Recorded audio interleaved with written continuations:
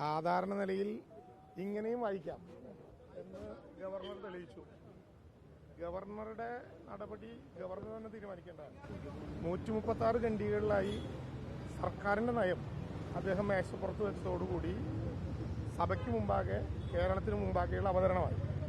സാധാരണ നിലയിൽ വായിക്കേണ്ടതാണ് ഒരു പൊതുവായ മര്യാദ.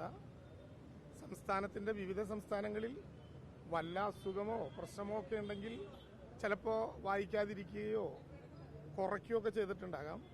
അങ്ങനെ വല്ല പ്രശ്നമാണോ എന്ന് അദ്ദേഹത്തിനോട് തന്നെ ചോദിച്ചാൽ മനസ്സിലാകും. എന്തായാലും നിയമസഭയുടെ ഭാഗമായിട്ടുള്ള സർക്കാരിന്റെ നയം ബഹുമാനപ്പെട്ട ഗവർണർ നിയമസഭയുടെ മുമ്പാകെ വെച്ച് കഴിഞ്ഞു.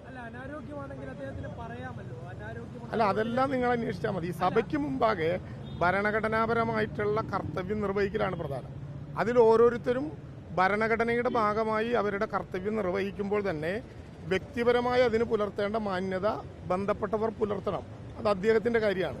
സഭയ്ക്ക് മുമ്പാകെ നയപ്രഖ്യാപനം വന്നു കഴിഞ്ഞു. ഇനി 3 ദിവസം കൃത്യതയോടുകൂടി സഭ അത് ചർച്ച ചെയ്യും. ഡൽഹി സമരം ഇന്ന് അങ്ങ് രാവിലെ പറഞ്ഞു, പക്ഷേ പ്രതിപക്ഷ നേതാവ് ആവർത്തിച്ച് പറയുന്നുണ്ട് അത് സമരമല്ല. സമരം പ്രഖ്യാപിച്ചത് ഞങ്ങളല്ലേ, സമരമല്ല എന്ന് പ്രതിപക്ഷ നേതാവ് പറഞ്ഞാൽ എങ്ങനെയാ ശരിയാവുക? ഞാൻ ആവർത്തിച്ചു പറയുന്നു, അതൊരു സമരമാണ്. ഇപ്പോൾ പ്രതിപക്ഷത്തിനെ ചൊടിപ്പിച്ചിട്ടുണ്ടാവുക. മല്ലികാർജ്ജുന ഖാർഗെ ഉൾപ്പെടെയുള്ള മുഴുവൻ ആളുകളെയും ഞങ്ങൾ ഈ സമരത്തിലേക്ക് ക്ഷണിച്ചിട്ടുണ്ട്. സമരം എങ്ങനെയാകണം എന്നുള്ളത് സമരം സംഘടിപ്പിക്കുന്നവരാണ് തീരുമാനിക്കുക. ആ സമരത്തിൽ കൃത്യമായ അജണ്ടയുണ്ട്. കേന്ദ്ര ഗവൺമെന്റിനെതിരായിട്ടുള്ള അത് നമുക്ക് ആനുകൂല്യം ലഭ്യമാകാൻ വേണ്ടിയുള്ള സമരമാണ്. അനുച്ഛേദം 131 പ്രകാരം ഇന്ന് സുപ്രീം കോടതിയും അത് കേൾക്കുന്നുണ്ട്.